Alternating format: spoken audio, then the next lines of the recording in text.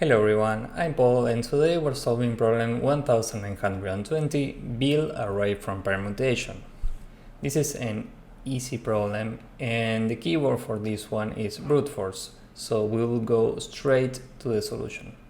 We're given an array nums and we need to return an array answers of the same length where each answer equals nums at I. Let's see what this means with an example. Let's say we have this array, and from this we need to build our array answer. Now the key here is we need to take every value in this array as if it was an index. So for example, the first value is a 0, and we take the 0 as an index. So the first value for our answer is 0. Next we have a 2, and remember we are taking this as an index.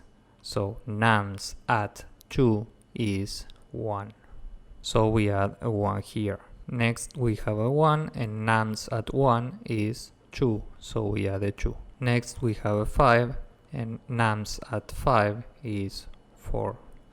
So we add a 4. Next nums at 3 is 5. So we add a 5 to our answer. And finally nums at 4 is 3. So we add a 3. So we return this. Time and space complexity will be big O of n.